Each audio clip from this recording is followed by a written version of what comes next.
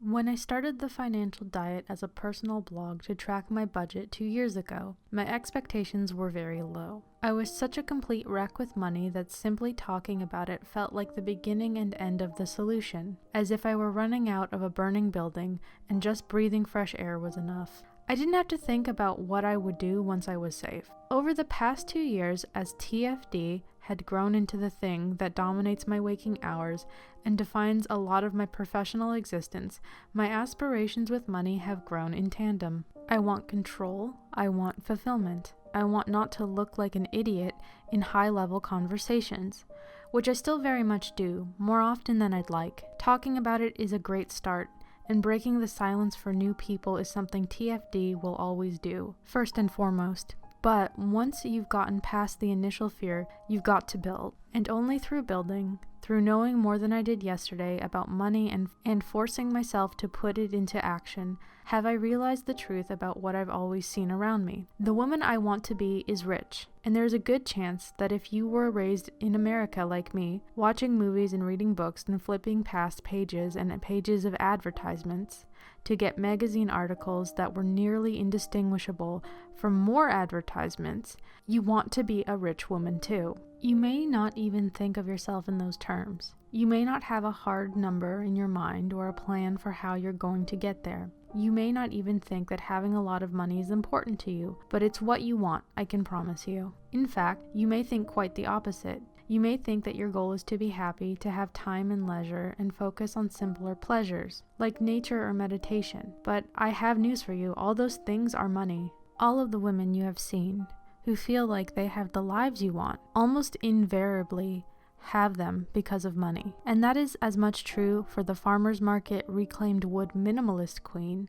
as it is for the more traditional Louis Vuitton wielding fashionista. They are both rich, both bathing in financial luxury and freedom. One is just more honest about it. The truth of being a woman is that nearly everything we do will come at a premium. To exist in the world and be pleasing enough to everyone around us to get ahead will mean paying more, and the less we want to participate in the game, the more money we need. Our toiletries and cleaning products and clothing items are more expensive, yes, but that's a relatively small cost in the cosmic financial prank that is womanhood.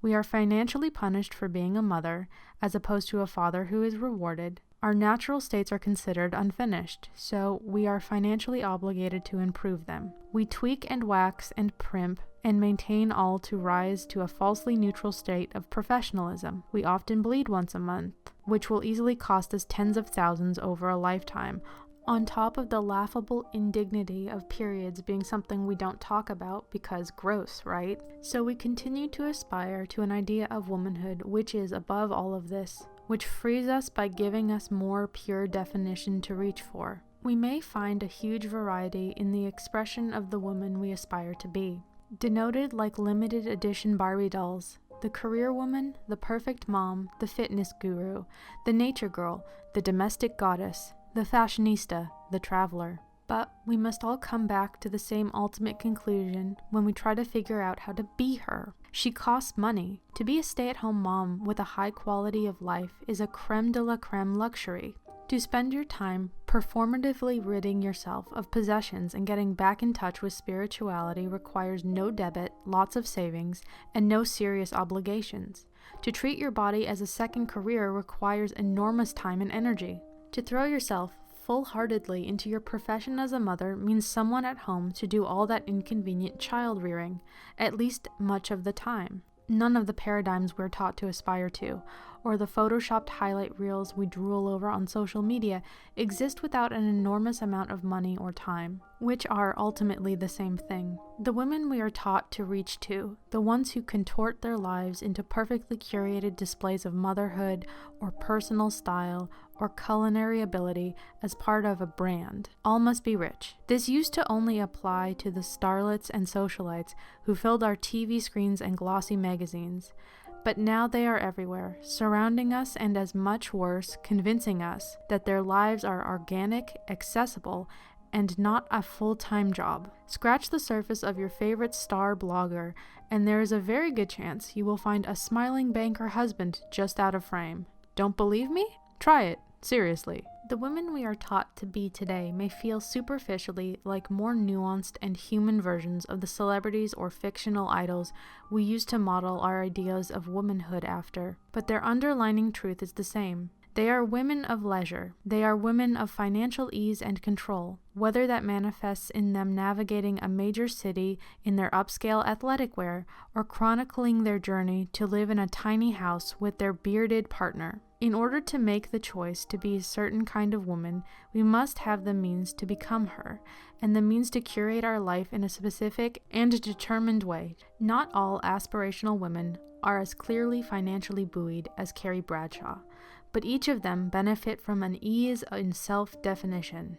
They can afford to throw themselves into one thing or another, become a capital W whatever they are, because they have the support to do it.